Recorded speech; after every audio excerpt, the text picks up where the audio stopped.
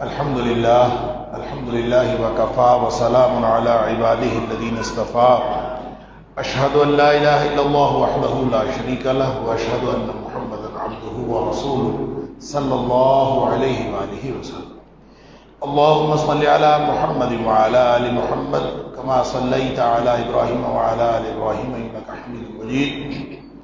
اللهم بارك على محمد وعلى آل محمد كما باركت على إبراهيم وعلى آل إبراهيم إنك حميد مجيد.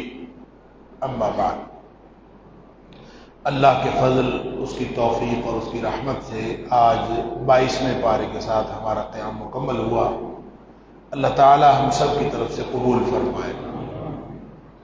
22ویں پارے میں سورۃ الاحزاب جاری ہے. اس کی آخری 43 آیات، آیت نمبر 31 سے آیت نمبر 73 تک، وہ آج کے پارے میں شامل ہیں. اس کے علاوہ 2 مکمل صورتیں، سورہ سبا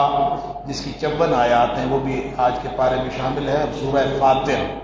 جس کی 45 آیات ہیں وہ بھی آج کے پارے میں شامل ہے. اور پھر آخر پہ سورہ یاسین، اس کی پہلی 21 آیات آج کے پارے میں شامل. جہاں تک سورۃ الاحزاب کا تعلق ہے تو اس میں نے کل عرض کیا تھا کہ بنیادی طور پر تو غزوہ احزاب کے حوالے سے اس کا نام احزاب رکھا گیا اور غزوہ احزاب کا تذکرہ بھی ہے. اس کے علاوہ یہودیوں کی اور منافقین کی جو سازشیں ہیں ان کے حوالے سے اس میں گفتگو کی گئی ہے، اور خاص طور پر جو مخلصین صادقین صحابہ کرام تھے ان کی مدح بیان کی گئی ہے. نبی اکرم صلی اللہ علیہ وسلم کو مشکل ترین صورتحال میں تسلی دی گئی ہے اور آپ کے ساتھیوں کے کہ اللہ پر بھروسہ رکھیں. اس کے علاوہ جو خاص بات ہے، نبی اکرم صلی اللہ علیہ وسلم کے امتیازات کچھ بیان ہوئے ہیں، اور معاشرتی اور اخلاقی ضابطے اور کچھ آئلی احکام بیان ہوئے. میں نے عرض کیا تھا کل جب جہاں سورۃ الاحزاب کا یہ جو 21واں پارہ مکمل ہوا تو وہاں اللہ کریم نے ایک بات فرمائی تھی کہ یہ جو نبی کی بیویاں ہیں ان کے لیے یا نساء نبی میات منکن بفاحشۃ مبینۃ یضاعف لها العذاب ضعفین،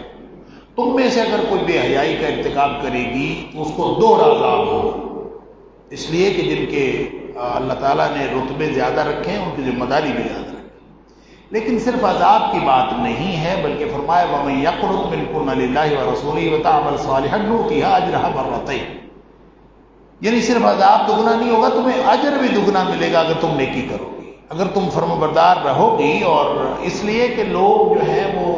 اس طرح کے جو جن کو اللہ تعالیٰ نے رتبے اور مرتبے عطا کیے ہوتے ہیں ان کو دیکھ کر لوگ فالو کرتے ہیں، ان کا ایک امپیکٹ ہوتا ہے معاشرے کے اوپر. لہٰذا وہ اگر گناہ کرے تو ان کی دوہری ذمہ داری ہے، اور گناہ کا عذاب بھی دگنا ہے،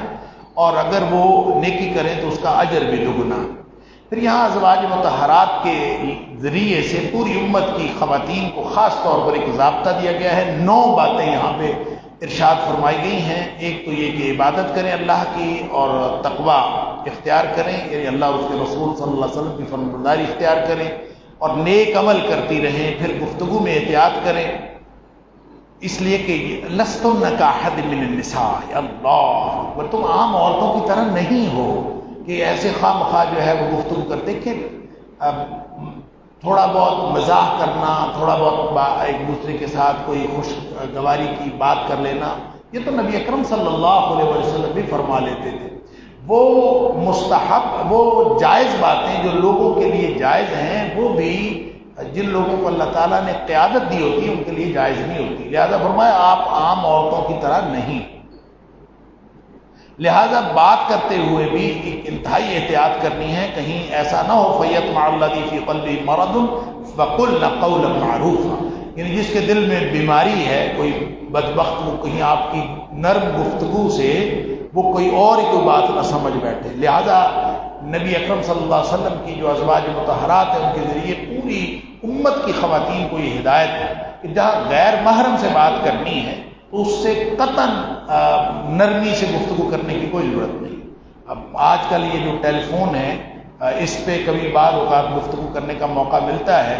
تو غیر محرم سے گفتگو کرتے ہوئے کھرے اور کھڑے لہجے میں بات کرنی چاہیے. قطعاً ایسی کوئی گفتگو نہیں کرنی چاہیے. اگلا یعنی اس طرح کی بات کرنی چاہیے غیر محرم کے ساتھ خواتین کو جو بدتمیزی تک پہنچی ہوئی ہے. کہ اگلا بندہ بدتمیزی کی حدود سے ذرا نیچے، بس اگلا بندہ جو ہے وہ ڈر کے بات کرے کہ پتہ نہیں میں کس خاتون سے بات کر رہا ہوں کہ میں نے تھوڑی سی بات کی تو کہیں یہ بدتمیزی نہ کر، اس طرح کی یہ گفتگو میں احتیاط کا قرآن نے پھر فرمایا کہ دائرہ قائر ہے عورتوں، وقرن فی بیوتکن، گھروں میں ٹکی رہو، پھر نماز پڑھتی رہو، زکوٰۃ ادا کرتی رہو، اللہ اور اس کے رسول صلی اللہ علیہ وسلم کی اطاعت کرتی رہو، اور ایک بات فرمائی وَاذْكُرْنَ مَا يُتْلَىٰ فِي بُيُوتِكُنَّ مِنْ آیَاتِ اللَّهِ وَالْحِکْمَةِ، گھروں کے اندر جو ہے وہ قرآن و حدیث کی تلاوت، قرآن و حدیث کا ذکر ہوتا رہے، وَاذْكُرْنَ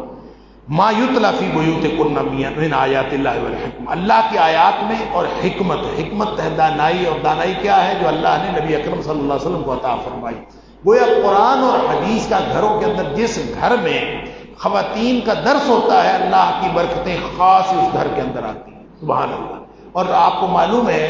کہ خواتین کا قرآن پڑھنا وہ کتنا پر اثر ہے کہ عمر فاروق رضی اللہ تعالی عنہ جیسا جو سخت گیر اور سخت دل والا آدمی ہے، وہ بھی اپنے بہن کے قرآن پڑھنے سے متاثر ہو کر وہ اسلام قبول کیا۔ لہذا گھروں کے اندر اگر خواتین اس طرح کا اہتمام کریں گی تو اس سے اللہ تعالیٰ بہت سارے جو ہے وہ برکات عطا اور فیض و برکات عطا فرمائے گا۔ آگے آیت نمبر 35 کے اندر عام مومنین اور مومنات کو بشارت دی گئی۔ اصل میں حضرت ام سلمہ رضی اللہ تعالیٰ عنہ یا دیگر صحابیات اکثر سوال کرتی تھیں، اور انہوں نے سوال کیا کہ اللہ کے رسول صلی اللہ علیہ وسلم جو حکم ہے ہمیشہ مردوں کو حکم دیا جاتا ہے اور مردوں کے لیے فضیلت کی بات کی جاتی ہے، عورتوں کا تو ذکر ہی کوئی نہیں۔ حالانکہ جہاں صیغہ مذکر استعمال کیا جائے جمع مذکر کا، تو اس کے اندر مرد عورتیں سب شامل ہوتے ہیں، لیکن بہرحال ان کو یہ خیال ہوا کہ ہمارا ذکر نہیں ہے، تو یہاں یہ جو آیت نمبر 35 ہے اللہ تعالیٰ نے فرمایا کہ کوئی مرد ہو مسلم یا عورت ہو، مومن عورت ہو یا مومن مرد ہو، اور فرمانبردار عورت ہو یا مرد ہو، صدقہ دینے والے مرد ہو یا عورت ہو، کی پوری لسٹ بتا دی، سب کے سب اعد اللہ لهم مغفرۃ واجرا عظیما، چاہے مرد و عورت ہو، اللہ تعالیٰ نے سب کے لیے بخشش اور اجر عظیم کا انتظام کر رکھا۔ آگے پھر نبی اکرم صلی اللہ علیہ وسلم کا جو نکاح ہوا حضرت زینب کے ساتھ، اس کا اس واقعے کا تذکرہ ہے۔ اصل میں حضرت زینب نبی اکرم صلی اللہ علیہ وسلم کی کزن تھی، پھوپھیزاد تھی۔ نبی پاک صلی اللہ علیہ وسلم نے ان کا نکاح حضرت زید سے کروا دیا۔ زید جو تھے وہ نبی کریم صلی اللہ علیہ وسلم کے منہ بولے بیٹے تھے، متبنہ تھے، اگرچہ تھے تو وہ کسی اور خاندان سے، لیکن یہ ہے کہ وہ غلام بنا کر بیچے گئے تھے۔ نبی کریم صلی اللہ علیہ وسلم کے پاس بطور غلام آئے تھے، آپ نے ان کو بیٹا بنا لیا تھا، اور لوگ ان کو اسامہ بن زید بن محمد بھی کہتے تھے کہ نبی پاک صلی اللہ علیہ وسلم کے بیٹے ہیں، معروف ہو گیا کہ آپ نے بیٹا بنایا ہوا ہے۔ تو وہ غلام بن کے بک کے آئے تھے، لیکن اصل میں وہ پیچھے غلام خاندان سے تعلق نہیں رکھتے، اعلیٰ خاندان سے تعلق رکھتے، اس لیے نبی کریم صلی اللہ علیہ وسلم نے اس کے ان کے ساتھ نکاح ہوا، نباہ نہیں ہوا۔ اب جب نباہ نہیں ہوا تو اللہ تعالیٰ کی طرف سے نبی اکرم صلی اللہ علیہ وسلم کو حکم آ گیا کہ اب اس نے زید نے طلاق دے دینی ہے، اب آپ نے اس کے ساتھ نکاح کرا۔ اب نبی پاک صلی اللہ علیہ وسلم کو حیا مانے تھی، ایک تو اس وجہ سے کہ اب جو ہے وہ بظاہر تو منہ بولا بیٹا تھا، اب وہ طلاق دے گا، مجھے نکاح کرنا پڑے گا۔ دوسرا یہ ہے کہ عرب میں یہ باقاعدہ جو منہ بولا بیٹا ہے اس کو اصل بیٹے کی طرح سمجھا جاتا ہے، اور یہ کہ اب گویا بہو سے نکاح کرنا پڑے گا، اب یہ ایک مخمصہ تھا نبی اکرم صلی اللہ علیہ وسلم کے دل میں۔ تو آپ نے جا کے نا حضرت زید سے کہا، چونکہ پوری پلاننگ اللہ تعالیٰ نے بتا دی تھی کہ وہ طلاق دے گا پھر آپ نے نکاح کرنا، تو نبی کریم صلی اللہ علیہ وسلم نے جا کے زید سے کہا کہ تو طلاق ہی نہ دے، اس کو بڑا سمجھایا کہ طلاق نہ دے۔ اللہ تعالیٰ نے قرآن بنا کے نازل فرما دیا، وَإِذْ تَقُولُ لِلَّذِي أَنْعَمَ اللَّهُ عَلَيْهِ وَأَنْعَمْتَ عَلَيْهِ أَمْسِكْ عَلَيْكَ زَوْجَكَ، اپنی بیوی کو اپنے پاس ہی رکھو، وَاتَّقِ اللَّهَ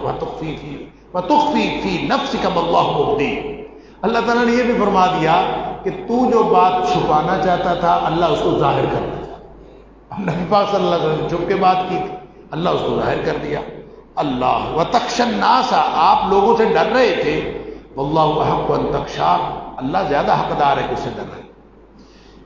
لہذا یہ اللہ تعالیٰ نے قرآن میں نازل کر دیا، ایک تو یہ کہ حضرت زید نے طلاق دے دی، اور طلاق دے کے اب نبی پاک صلی اللہ علیہ وسلم نکاح بھی کرنا ہے۔ اللہ تعالیٰ نے حکمت بھی بتا دی کہ کیونکہ نبی کریم صلی اللہ علیہ وسلم آخری نبی ہیں، اور لوگوں نے جو منہ بولے بیٹے کو اپنا بیٹا سمجھا ہوا ہے، وہ بتانا بھی ضروری تھا، اور اس رسم کا جو تبنیت کی رسم ہے اس کو ختم کرنا ضروری تھا کہ اس کے اندر کوئی حقیقت نہیں ہے۔ جو منہ بولا بیٹا ہے وہ بھی اصل ماں باپ کا بیٹا ہوتا ہے۔ اس صورت کے آغاز میں ہم نے پڑھا کہ جس ایک شخص کے دھڑ میں دو دل نہیں ہو سکتے، جس طرح ایک شخص کے دھڑ میں دو دل نہیں ہو سکتے، اسی طرح ایک شخص کی دو حیثیتیں نہیں ہو سکتی۔ اگر کسی نے بیوی کو ماں کہہ دیا تو وہ بیوی رہنی ہے، ماں نہیں بن سکتی، اگرچہ وہ گناہ ہے، غلط ہے، اس کے اوپر کفارہ ہے، رہے گی تو پھر بھی بیوی ہے۔ اسی طرح اگر کسی نے کسی کو بیٹا بنا لیا تو اس کے اصل والدین ہی کا بیٹا رہے گا، وہ آپ کا بیٹا نہیں بنتا۔ آپ اپنے پاس رکھیں لیکن اصل والدین کے حوالے سے سارے اس کے مسائل، وراثت کے بھی، شادی بیاہ کے بھی سارے مسائل اسی حساب سے ہوں گے۔ تو حضرت عائشہ صدیقہ رضی اللہ تعالیٰ عنہ فرماتی ہیں کہ نبی اکرم صلی اللہ علیہ وسلم، مسلم شریف کے اندر یہ حدیث ہے، نبی پاک صلی اللہ علیہ وسلم اگر کوئی بات چھپاتے، اللہ اکبر، نبی کریم صلی اللہ علیہ وسلم اگر کوئی چھپانا چاہتے نا تو نبی پاک صلی اللہ علیہ وسلم اس آیت کو چھپا دیں کہ آپ نے ایک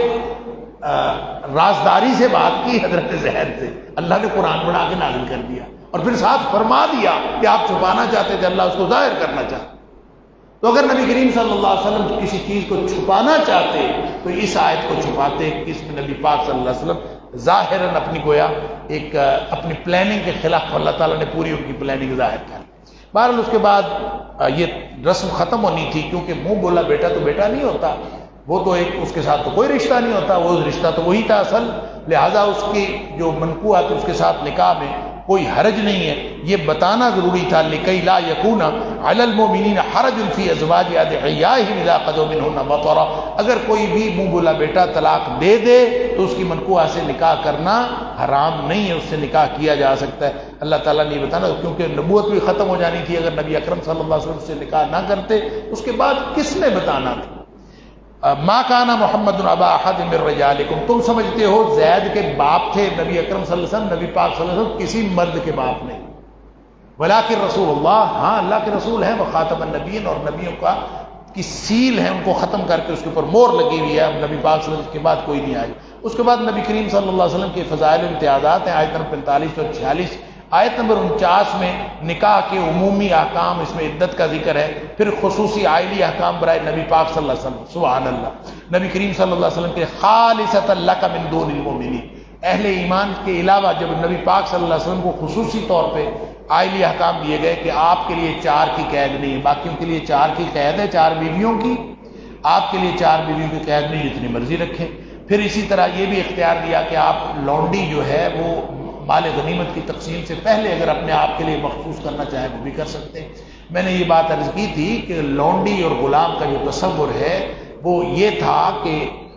اس کو اسلام نے حرام قرار نہیں دیا، اس لیے کہ مستقبل میں بھی کوئی ایسی بات ہو سکتی ہے، عملاً اس کو ختم کیا ہے، حرام قانوناً حرام نہیں قرار دیا، اس لیے کہ مستقبل میں بھی کوئی ایسی صورت ہو سکتی ہے کہ قیدی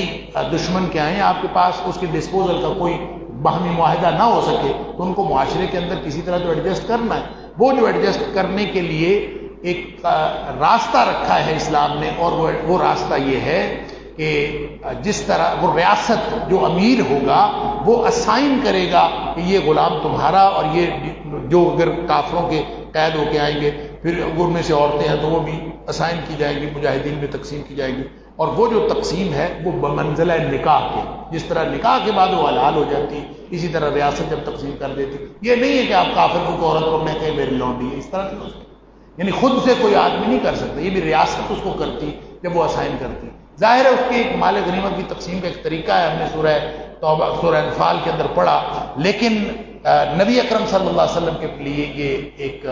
استحقاق آپ کا تھا کہ آپ اگر مال غنیمت کی تقسیم سے پہلے کسی لونڈی کو اپنے لیے مختص کرنا چاہیں آپ کر سکتے تھے۔ اسی طرح نبی اکرم صلی اللہ علیہ وسلم کو یہ بھی بتایا گیا کہ آپ کو کوئی اگر خاتون اپنا آپ ہدیہ کر لیں کہ میں آپ سے نکاح کرنا چاہتی ہوں تو آپ بغیر مہر کے اس سے نکاح کرنا چاہیں کر سکتے ہیں، باقی اور کوئی نہیں کر سکتا، مہر مقرر کرنا پڑے گا، اور وہ آپ صلی اللہ علیہ وسلم کر سکتے ہیں۔ ایک بات پھر نبی کریم صلی اللہ علیہ وسلم کے لیے آیت نمبر 52 میں اللہ کریم نے فرمائی لا یحل لک النساء من بعد ولا ان تبدل بهن من ازواج، سبحان اللہ۔ یہ جو آیت تخییر تھی نا پچھلے پارے میں سورہ اسی میں سورہ احزاب میں، تخییر یہ تھی کہ انہوں نے اللہ کے رسول صلی اللہ علیہ وسلم سے زیادہ خرچہ مانگا تھا، اللہ تعالیٰ نے فرما دیا ساری امہات المومنین کو کہ تم اگر رہنا چاہتی ہو نبی کریم صلی اللہ علیہ وسلم کے ساتھ رہو، خرچہ تو یہی ملے گا، اور اگر تمہیں کوئی دنیا کا مال و اسباب چاہیے تو نبی پاک صلی اللہ علیہ وسلم تمہیں طلاق دے دیتے ہیں، چلی جاؤ جہاں جہاں، اور اگر اللہ اس کا رسول صلی اللہ علیہ وسلم چاہیے تو پھر کہیں نہ جاؤ، پھر بیٹھی رہو، پھر خرچے کا مطالبہ نہ کرو۔ سب نے کہا کہ ہمیں اللہ اور اس کا رسول صلی اللہ علیہ وسلم،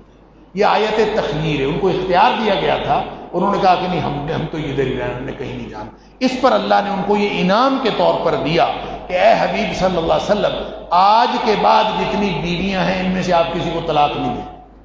یہ گویا یہ مومنوں کی مائیں ہیں، اب یہ ان کا ایک استحقاق بن گیا، اس کے علاوہ اس کی کوئی تبدیل بھی نہیں آپ ان کو کر سکیں گے، اس لیے کہ اللہ تعالیٰ نے ان کو مومنوں کی مائیں بنا دی ہیں، اور ہمیشہ کے لیے یہ اہل ایمان کی مائیں، اور کہ کوئی شخص ان کی یعنی نبی پاک صلی اللہ علیہ وسلم کی بیویوں سے نکاح بھی نہیں کر سکتا۔ اس کے بعد آداب دعوت ہیں، آیت نمبر 53 میں حضرت زینب کا نکاح جب ہوا نا، حضرت زینب کے ساتھ نبی پاک صلی اللہ علیہ وسلم کا نکاح ہوا، یہ ولیمہ نبی کریم صلی اللہ علیہ وسلم نے سب سے بڑا ولیمہ یہی کیا، اور صحابہ کرام کو بلا لیا کہ ولیمہ، اور صحابہ کرام نبی پاک صلی اللہ علیہ وسلم کی دعوت ہو اور ولیمے کی دعوت ہو، پہلے ہی آ کے بیٹھ گئے، کھانا پک رہا تھا اس کے بعد بیٹھے رہے، پھر جب کھانا پکا پھر کھایا، پھر کھانے کے بعد پھر بیٹھے رہے،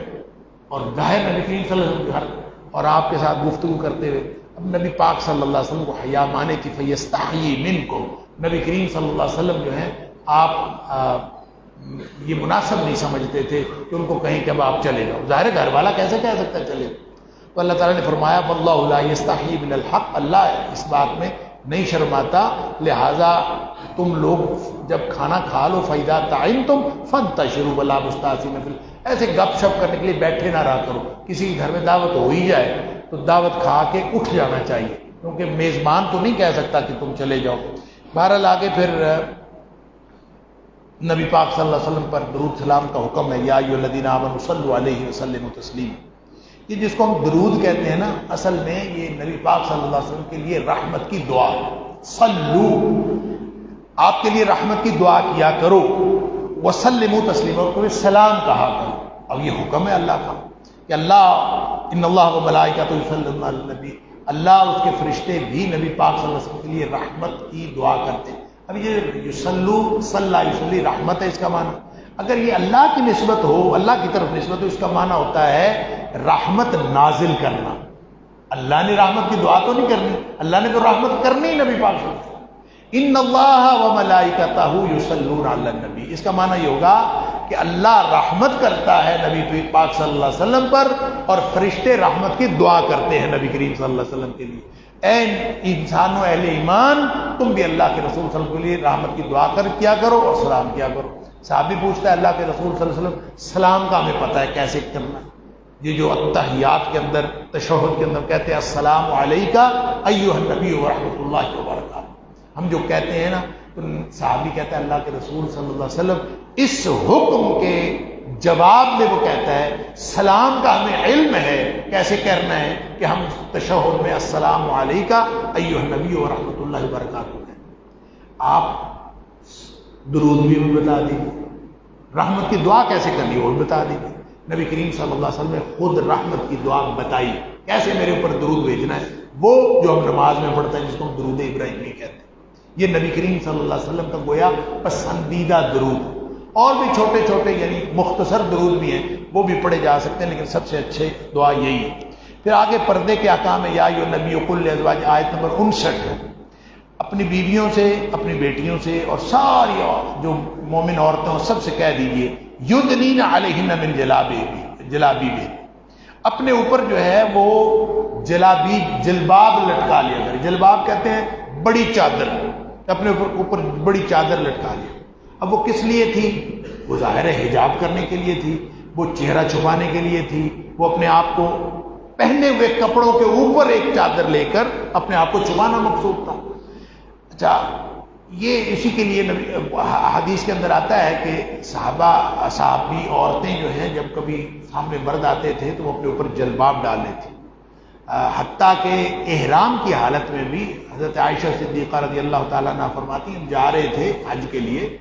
تو راستے میں جہاں مرد نہیں ہوتے تھے ہم اپنا چہرہ کھول لیتے، اور جہاں مرد نظر آتے تھے تو ہم اپنا اس کے اوپر جلباب لٹکا لیتے تھے۔ جب بھی کوئی سادلت احدانا، ہم میں سے ہر ایک اپنا جلباب جو ہے وہ لٹکا لیتی تھی، مر راسہا علی وجہہا، اپنے سر سے، یعنی سر پہ رکھی ہوتی تھی جلباب اور اپنے چہرے پر لٹکا لیتی۔ اب یہ پتہ نہیں کہاں سے آ گیا وہ مسئلہ کہ جب آپ نے احرام باندھنا ہے تو اس وقت چہرہ نہیں، چہرے کے اوپر پردہ نہیں کر سکتے چہرے کا، وہ پتہ کہاں سے آیا؟ وہ آیا ہے نبی پاک صلی اللہ علیہ وسلم کی ایک حدیث ہے بخاری شریف کے اندر کہ جو محرمہ عورت ہے نا، حالت احرام میں عورت، وہ دستانے نہ پہنے اور وہ نقاب نہ پہنے، لا تنقب کہ وہ نقاب نہ کرے، المحرمہ ولا تلبس القفازین، اور نہ ہی وہ دستانے پہنے۔ اب جس طرح دستانے پہننے سے منع کیا ہے، اسی طرح سلا ہوا نقاب پہننے سے منع کیا۔ سلا ہوا نقاب نہیں پہنا جا سکتا۔ دستانے نہ پہننے کا یہ مطلب تو نہیں ہے کہ اس کے اوپر چادر نہیں لگ سکتی، چادر میں چھپائے نہیں جا سکتے، اس کے اوپر چادر ٹچ ہو جائے تو گناہ ہو جائے گا، اس کے اوپر دم پڑ جائے، ایسا کچھ نہیں ہے۔ لہذا جس طرح یہ چادر اس کے اوپر آ سکتی ہے، دستانے نہ پہننے کا حکم ہے، اسی طرح نقاب نہ پہننے کا حکم ہے۔ کھلی چادر سے تو پردہ کرنا ہے۔ اور حضرت عائشہ صدیقہ رضی اللہ تعالیٰ نے جو فرمایا کہ ہم اپنی چادر لٹکا لیتی تھی، اس کا یہ اصل میں یہ ہے وہ پردے کا حکم۔ اگرچہ سورہ نور کے اندر بھی پردے کا حکم ہے، ان دونوں کو ملا کے پڑھے تو ساری عورتوں کو یہ پردہ کرنا چاہیے، اور یہ ظاہر ایکسٹرا پردہ ہے، یہ اپنے پہنے ہوئے لباس کے اوپر پردہ۔ اچھا، لوگوں کو اعتراض ہے کہ یہ تو اس لیے کہا گیا تھا ذالک ادنیٰ ان یعرفن فلا یؤذین، یہ تو اس لیے کہا گیا تھا کہ عورتیں پہچانی جائیں کہ یہ مومن خواتین جا رہی ہیں اور ان کو کوئی تکلیف نہ پہنچائے، یہ تو پہچان کے لیے تھا۔ اگر آج پہچان ہو جائے کہ بغیر پردے کے بھی کوئی خاتون جو ہے وہ شریف خاتون ہو سکتی ہے تو پھر اس کی ضرورت نہیں ہے، لوگوں نے یہ خود بنایا ہوا۔ حالانکہ پہچان کس بات کی کہ ذالک ادنیٰ ان یعرفن فلا یؤذین، یہ اس لیے تھا کہ وہ پہچان لی جائیں کہ یہ شریف عورتیں ہیں، ان کے ساتھ کسی بدماش نے کوئی بدماشی نہیں کرنی۔ گویا جو پہن لیں گی، پردہ کر لیں گی، وہ شرفاء کی عورتیں ہیں، اور جس نے شرفاء کی عورت نہیں لگنا تو ٹھیک ہے، نہ کر دے پردہ، جو مرضی کرتی پھرے۔ اب قرآن کو ہم اپنی مرضی سے موڑ توڑ تو نہیں سکتے۔ لہذا ایک بات جو سورہ نور میں ہم نے پڑھی تھی کہ جب عورت بوڑھی ہو جائے اور نکاح کی اس کو حاجت نہ رہے تو وہ اپنے کپڑے اتار سکتی ہیں، ان یضعن ثیابہن، ان کو اجازت ہے کہ وہ اپنے کپڑے اتار سکتی ہے۔ وہ کون سے کپڑے اتارنے ہیں؟ وہ شلوار قمیض تو نہیں اتارنی نا، وہ یہی کپڑا تھا جو ایکسٹرا اس کے اوپر لینا تھا، جس کا حکم ہوا تھا وہ اتار سکتی تھی۔ لہٰذا اس کے علاوہ تو کوئی اتار نہیں سکتی۔ اس لیے عورت کو چہرے کا پردہ کرنا چاہیے، اور یہ سارے ثبوت اس کے لیے۔ لیکن بہرحال میں ایک بات عرض کرتا ہوں، صحابہ کرام کے سے لے کر متقدمین سے لے کر آج متاخرین تک ہر دور میں ایک نقطہ نظر یہ رہا ہے کہ چہرے اور ہتھیلیوں کا پردہ نہیں، یہ ایک نقطہ نظر لوگوں کا ہے۔ لہذا اس نقطہ نظر کو اگرچہ میں اس رائے کو، اور بہت سارے لوگ آج کے دور میں بھی یہی رائے رکھتے ہیں کہ چہرے کا پردہ ہے، چہرے کے بغیر اگر کسی نے چہرے کا پردہ نہیں کیا تو یہ پردہ ہی نہیں۔ میں اس رائے کو رکھنے کے باوجود میں یہ سمجھتا ہوں کہ وہ جو دوسری رائے ہے وہ اگرچہ میری رائے نہیں ہے، اور میرے خیال میں دلائل سے وہ بات زیادہ ثابت نہیں ہوتی، لیکن اس رائے کو بھی پورا وزن دینا چاہیے، اور کوئی اگر سمجھتا ہے کہ اس میں پورا پردہ ہو جاتا ہے تو ٹھیک ہے، ان کے موقف کو عزت اور قدر کی نگاہ سے دیکھنا چاہیے، ان کے ساتھ لڑائی نہیں لڑنی چاہیے۔ پھر فرمایا کہ ایمان والو اللہ سے ڈرو اور بات کیا کرو سیدھی۔ یہ جو سیدھی ہے نا، قولوا قولا سدیدا، بات کیا کرو سیدھی۔ سیدھی بات پتہ کیا ہوتی ہے؟ عربی میں کہتے ہیں سہم شدید، تیر جو ہے ایک نقطے سے لے کر دوسرے نقطے تک جو جا رہا ہے نا، وہ اگر اپنے ایک ٹریک پہ جا رہا ہے تو اس کو سیدھا کہتے ہیں۔ اب وہ جو ہے ایک تو سہم شدید اس اعتبار سے ہے کہ وہ بالکل سیدھا ہوتا ہے، وہ درمیان میں ٹیڑھا تو تیر نہیں ہوتا۔ دوسرا یہ کہ وہ لگنے کے اعتبار سے بھی یہاں سے چلا اور یوں جا کے تیر لگتا ہے، ادھر ادھر تو نہیں جاتا۔ ایسے تو نہیں ہو سکتا کہ درمیان میں کبھی ادھر ہو جائے کبھی ادھر ہو جائے۔ بتایا یہ گیا ہے کہ جو ول پھیر کے ساتھ ہم گفتگو کرتے ہیں یہ گناہ ہے، یہ جو ہم بات جلیبی کی طرح سیدھی کرتے ہیں اگلے بندے کو سمجھ ہی نہ آئے۔ مطلب یہ کہ جو تیر ایک نقطے سے چلتا ہے اسی طرح دوسرے نقطے پہ پہنچتا ہے، درمیان میں کوئی اس میں موڑ نہیں آتا۔ اسی طرح تمہاری گفتگو ایسی ہونی چاہیے کہ جو تم کر رہے ہو اور جو ابلاغ ہو رہا ہے وہ ایک ہی ہونا چاہیے، درمیان میں گڑبڑ نہیں ہونی چاہیے۔ اور یہ اگر کرنا شروع کر دو گے تو اس کا نتیجہ پتہ کیا نکلے گا؟ یصلح لکم اعمالکم ویغفر لکم ذنوبکم، تمہارے معاملات صحیح ہو جائیں، اللہ بگڑے ہوئے معاملات ٹھیک ہو جائیں گے اور گزشتہ زندگی کے گناہ بھی معاف ہو جائیں گے۔ اللہ تعالیٰ ہم سب کو ان میں سے کرے۔ پھر آگے سورہ سبا ہے، مکی صورت ہے،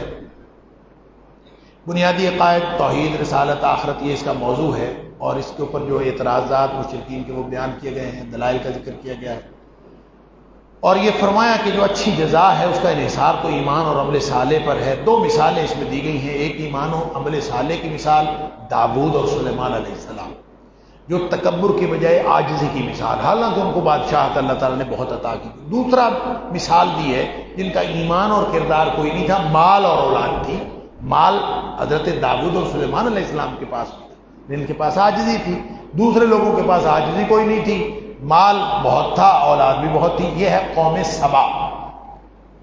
ان کی تباہی و بربادی کا پھر ذکر ہے کہ تباہ و برباد ہوگی۔ ظاہر ہے جن کے پاس عاجزی نہیں ہوتی، تکبر ہوتا ہے، وہ پھر تباہ و برباد ہوتے ہیں۔ اللہ تعالیٰ کی حمد بیان کرنے سے سورت کا آغاز ہوتا ہے، اور پھر قیامت کے انکار کا تذکرہ ہے۔ پھر فرمایا قیامت اس لیے آئے گی لیجزی الذین آمنوا وعملوا الصالحات اولئک لهم۔ ظاہر ہے قیامت آنا اس لیے ضروری ہے کہ اہل ایمان کو ان کا بدلہ دیا جائے، اور جو ظالم ہیں ان کو ان کا بدلہ دیا جائے۔ آیت نمبر 10 سے 14 تک داؤد علیہ السلام اور سلیمان علیہ السلام کے اوپر جو انعامات ربانی ہوئے ان کا ذکر ہے کہ ان کے پہاڑ درخت پرندے ان کے ساتھ تسبیح بیان کرتے تھے، لوہا ان کے لیے نرم تھا، زرہ سازی کی انہوں نے صنعت قائم کی، ہوائیں ان کے لیے مسخر تھیں، سبحان اللہ، پگھلے تانبے کا چشمہ تھا جو مرضی چیز بنا لیں، جن ان کے بطور کارکن، سارے کے سارے جن، مزدور ہر کارکن جن ہوتا تھا، سبحان اللہ، بڑی بڑی عمارتیں، بڑے بڑے ٹابر دیگیں بناتے تھے، باقاعدہ صنعت انڈسٹری قائم تھی۔ جنوں نے ایک کام مشہور کیا ہوا تھا، ایک بات مشہور کی ہوئی تھی، ہم غیب جانتے ہیں۔ جیسے ہر کوئی جو ہے نا جس کا جو داؤ لگتا ہے وہ چلا لیتا ہے، جنوں نے انسانوں کے اوپر یہ داؤ لگایا ہوا تھا کہ ہم غیب جانتے ہیں۔ اب چونکہ وہ نظر نہیں آتے، بہرحال ان کو ایک اللہ تعالیٰ نے ایک ایکسٹرا خصوصیت دی ہے کہ وہ نظر نہیں آتے، اور جہاں ہوا چلی جاتی ہے وہاں یہ چلے جاتے ہیں، لیکن غیب کوئی نہیں جانتا، غیب سوائے اللہ کے کوئی نہیں جانتا۔ اب یہ جو جنوں کی ان کا آپ نیٹ ورکنگ ہوتی ہے، یہ سفر بھی ایک جلدی بھی، چونکہ سفر بھی جلدی کر لیتے ہیں، لہذا ہو سکتا ہے کہ یہاں کی خبر وہاں پہنچ جائے۔ جنوں کے انسانوں کے ساتھ رابطے ہوتے ہیں، شیطان جن اور شیطان انسان ان کے آپس میں رابطے ہوتے ہیں، لا یوحون الی اولیائہم۔ اور یہ ہو سکتا ہے کہ آپ گرے ہوں باتھ روم میں، تو آپ کسی ایسے جعلی پیر کے پاس جائیں، اور وہ جا کے آپ جاتے، آپ بیٹھے ہو کہ اچھا آج تم باتھ روم میں گرے تھے، تو حیران ہو جاتا ہے میں باتھ روم میں گرا تھا، مجھے تو دیکھا ہی کس نے، یہ کیسے جانتا ہے؟ وہ اصل میں کنیکشن ان کا ہوتا ہے، جو وہاں کا جن ہے وہ اس کو خبر دے دیتا ہے، یہ جو آ رہا ہے آج باتھ روم میں گرا تھا، اس نے بتا دیا اچھا، اور اس کی پیری مریدی چل رہی ہے، اس کا دکانداری اسی سے چل رہی ہے۔ یہی بات انہوں نے اس دور میں بھی کہی ہوئی تھی کہ ہم غیب جانتے ہیں، اور وہ انسانوں نے مانا ہوا تھا۔ اللہ تعالیٰ نے ان کو وہ رسوائی دی، حضرت سلیمان علیہ السلام یوں کھڑے ہوئے تھے اپنے عصا کی ٹیک لگا کے، اور جن مزدور لگے ہوئے تھے عمارت بنا رہے تھے۔ اس دوران اللہ تعالیٰ نے سلیمان علیہ السلام کی روح قبض کر، جنوں کو پتہ ہی نہیں تھا، وہ ایسے لگے رہے، اس عصا کو جس کے ساتھ وہ ٹیک لگا کے کھڑے ہوئے تھے اس کو دیمک لگی، وہ ٹوٹا، عصا ٹوٹا، حضرت سلیمان علیہ السلام گرے، پھر ان کو پتہ چلا کہ یہ تو فوت ہو چکے تھے۔ وہ اسی چکر میں لگے رہے کہ حضرت سلیمان علیہ السلام کھڑے نگرانی ہماری کر رہے ہیں، تو اس پر جو ہے ان کو بہت اللہ تعالیٰ فرماتا ہے فلما خر تبینت الجن ان لو كانوا يعلمون الغیب ما لبثوا في العذاب المہین۔ اگر وہ غیب جانتے ہوتے تو آج جو رسوائی اور ذلت ان کو دیکھنی پڑی یہ نہ ہوتی۔ اس کے بعد قوم سبا کا ذکر ہے کہ 15 آیت نمبر 15 سے 21 تک، کہ یہ اصل میں بہت اللہ تعالیٰ نے ان کو باغات دیے تھے، اور بہت شاندار ان کا جو ہے سرسبز اور شاداب علاقہ تھا، یمن کا علاقہ۔ اصل میں وہاں پھر ایک سیلاب آیا، اس نے فارسلنا علیہم سیل العرم، ہم نے ان کے اوپر بند کا سیلاب بھیجا، اس نے تباہی و بربادی کر دی، یعنی ایک شاندار بند تھا۔ عرب میں آپ دیکھیں نا، یا پہاڑ ہے یا صحرا ہے، اس سے کیا ہوتا ہے، پہاڑوں سے جتنا پانی آتا ہے وہاں پہ کوئی نہری نظام نہیں ہے، کچھ نہیں ہے، پہاڑوں سے جتنا پانی بارشوں سے آتا ہے وہ صحرا کے اندر جذب ہوتا ہے، چل ختم، یعنی اس کو کسی چیز کے لیے استعمال نہیں کیا جاتا۔ انہوں نے یہ کیا تھا، ان کی انجینئرنگ ڈپارٹمنٹ ان کا بڑا شاندار تھا، یہ بڑے خوشحال لوگ تھے، لگتا ہے پڑھے لکھے بھی ہوں گے۔ انہوں نے نا دیواریں بنا کے نا پہاڑوں کے درمیان پانی کو روک لیا ہوا تھا، اور کہتے ہیں کئی چھوٹے چھوٹے انہوں نے بند بنائے۔ یہ جو عارم ہے نا، عارم کہتے ہیں یمنی عربی میں اس کو بند کو عارم کہتے ہیں، اور حجازی عربی میں سد کہتے ہیں، سد معارب، یا یعنی جس کو سد کہتے ہیں۔ معارب چونکہ ان کا تھا کیا کہتے ہیں دارالخلافہ، سبا کا، یمن کا دارالخلافہ تھا قوم سبا کا، تو معارب کا ایک بہت بڑا سد یا عارب وہ تھا، کہتے ہیں بہت، یہ ٹوٹا، اور ٹوٹنے کے بعد اتنا بڑا سیلاب آیا، وہ تو اپنی مرضی سے تھوڑا تھوڑا لے کے اس سے کرتے تھے اپنے یعنی سیراب کرتے تھے اپنی زمینوں کو، اور پورا خوشحال علاقہ تھا، لیکن اس کے اوپر سیلاب آیا۔ کہتے ہیں کہ نبی کریم صلی اللہ علیہ وسلم سے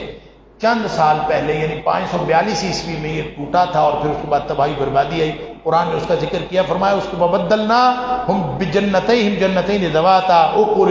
خمط واصل وشیء من سدر قلیل، جھاڑ جھنکار، جہاں پہ خوبصورت سرسبز و شاداب باغات ہوتے تھے وہاں جھاڑ جھنکار کے جنگل ہو گئے۔ اللہ۔ اور دوسری بات یہ کہ یمن سے شام یہ تجارت کرتے تھے، اور یہ لمبا ایک فاصلہ تھا۔ اللہ تعالیٰ نے ان کا انتظام یہ کیا ہوا تھا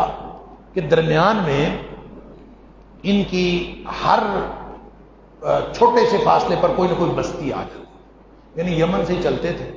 اور راستے میں کوئی جگہ جنگل نہیں آتا، یعنی بستیاں ہی بستیاں بستیاں، یہاں سے نکلے اگلی بستی، یہاں سے نکلے اگلی بستی، لہذا کوئی ان کو خوف خطرہ نہیں ہوتا تھا، ایک دوسرا ہر جگہ کھانے پینے کا رہنے کا انتظام ہوتا تھا۔ کہتے ہیں 4700 بستیاں تھیں یمن سے لے کر شام تک، لہذا ان کو کوئی مسئلہ نہیں۔ کہتے ہیں اللہ باعد بین اسفارنا، کمال ہے، کہتے ہیں اللہ سفر کا مزہ ہی نہیں آتا، یہ کوئی سفر جو ہے نا لمبا ہو، کوئی دوری پیدا کر دے اس میں، یہ بستیاں بستیاں کوئی نہیں ہونی چاہیے۔ اللہ وَظَلَمُوا أَنفُسَهُمْ، اللہ تعالیٰ فرماتا ہے انہوں نے اپنی جانوں پر ظلم کیا۔ یہ بالکل اسی طرح کی بات ہے جیسے بنی اسرائیل نے کہا تھا نا کہ ہم نے من سلوا نہیں کھانا، ہمیں سبزیاں اگانی، ہم نے خود ساری عمر لگے رہو حل چلانے، چاہ اللہ تعالیٰ نے من سلوا ختم کر دیا۔ تو یہ اسی طرح کی انہوں نے بات کی۔ اللہ تعالیٰ نے فرمایا کہ فَجَعَلْنَاهُمْ أَحَادِيثَ وَمَزَّقْنَاهُمْ كُلَّ مُمَزَّقٍ، اللہ تعالیٰ نے سب تباہی اور بربادی پھیر دی۔ إِنَّ فِي ذَلِكَ لَآيَاتٍ لِكُلِّ صَبَّارٍ شَكُورٍ، صبر کرنے والے اور شکر کرنے والوں کے لیے نشانی ہے کہ خواہ مخواہ اللہ تعالیٰ کی دی ہوئی چیز کے بارے میں اعتراض نہیں کرنا چاہیے۔ آگے پھر توحید کے حوالے سے بات ہے، رد شرک کی باتیں ہیں، اور پھر کمزوروں اور متکبرین کا مکالمہ ہوگا قیامت والے دن۔ وہ کہیں گے انہوں نے ہمیں، یقول الذین استضعفوا للذین استکبروا لولا انتم لکنا مؤمنین، جو کمزور لوگ ہوں گے جنہوں نے شرک کیا ہوگا وہ قیامت والے دن کہیں متکبرین سے کہیں گے یہ نہ ہوتے تو ہم شرک نہ کرتے۔ انہوں نے کہا قال الذین استکبروا للذین استضعفوا انحن صددناکم عن الہدی بعد اذ جاءکم، ہم نے کب روکا تھا؟ وہ کہیں گے ہم نے کب روکا تھا؟ آپ اپنی مرضی سے ہوئے ہو سارے، تو آپس میں سر گفتگو بھی کریں گے، سب کو عذاب ہوگا۔ اللہ۔ پھر اللہ تعالیٰ فرماتا ہے کسی قوم کے اندر جب عذاب آتا ہے ہمیشہ ان کے پہلے اہل ثروت، بگڑے ہوئے نواب، وہ اس کے اندر حالات خراب کرتے ہیں، اس کی وجہ سے پھر ان کے اوپر جو ہے عذاب آتا ہے۔ ایک شبہ کفار کو ہوتا تھا، وہ کہتے تھے نحن اکثر اموالا و اولادا وما نحن بمعذبین،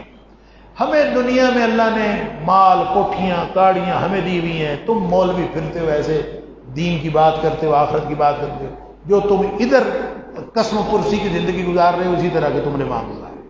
ہمیں ہمارے اوپر اللہ نے بڑا کرم کیا ہوا ہے، جو مال اور اولاد ہے وہ رکھنے والے، وہ کہتے ہیں ہمارے اوپر اللہ کا بڑا کرم ہے۔ یہ ایک شبہ ہمیشہ پڑتا ہے، اسی لیے نبی پاک صلی اللہ علیہ وسلم کو بھی وہ اعتراض کرتے تھے آپ کے ساتھ کوئی خزانہ کیوں نہیں ہے، آپ کو کوئی مالی خوشحالی کیوں نہیں دی گئی؟ تو اللہ تعالیٰ فرماتا ہے کہ یہ اصل میں وما اموالکم ولا اولادکم بالتي تقربکم عندنا زلفیٰ، یہ جو مال اور اولاد ہے اللہ کے قرب کی نشانی نہیں ہے،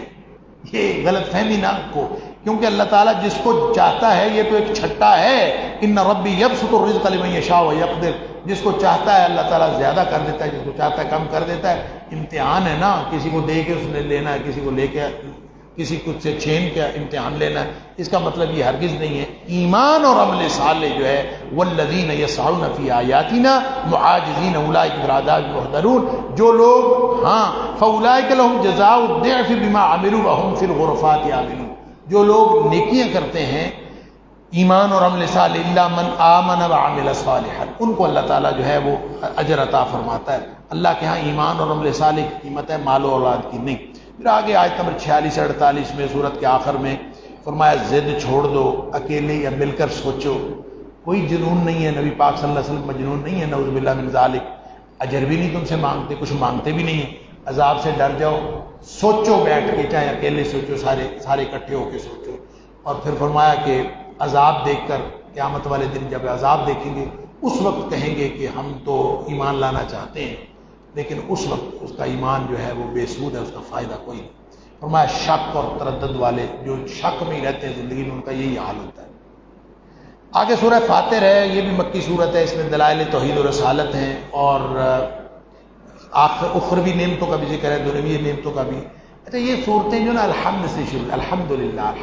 5 صورتیں الحمد سے شروع ہوتی ہیں، یہ آخری صورت، سورہ فاتحہ، سورہ انعام، سورہ کہف، سورہ سبا اور سورہ فاتر، یہ آخری صورت جو الحمد سے 5 صورتیں شروع ہوتی ہیں۔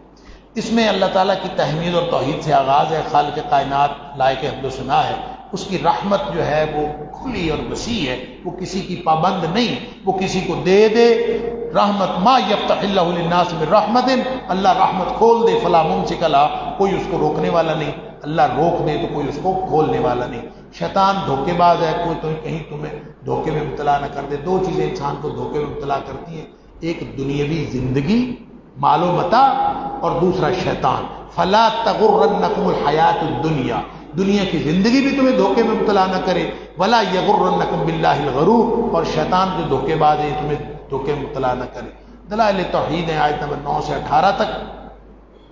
اور یہ دنیا کی جتنی نعمتیں ہیں دیکھو، الگ الگ میٹھے ہیں چشمے، کھارے چشمے اور میٹھے چشمے، سمندر، مچھلیاں تر و تازہ، پھر کشتیاں، پھر دن رات، سورج چاند، سب یہ اللہ کی توحید کی نشانیاں ہیں۔ یا ایھا الناس انتم الفقراء الی اللہ،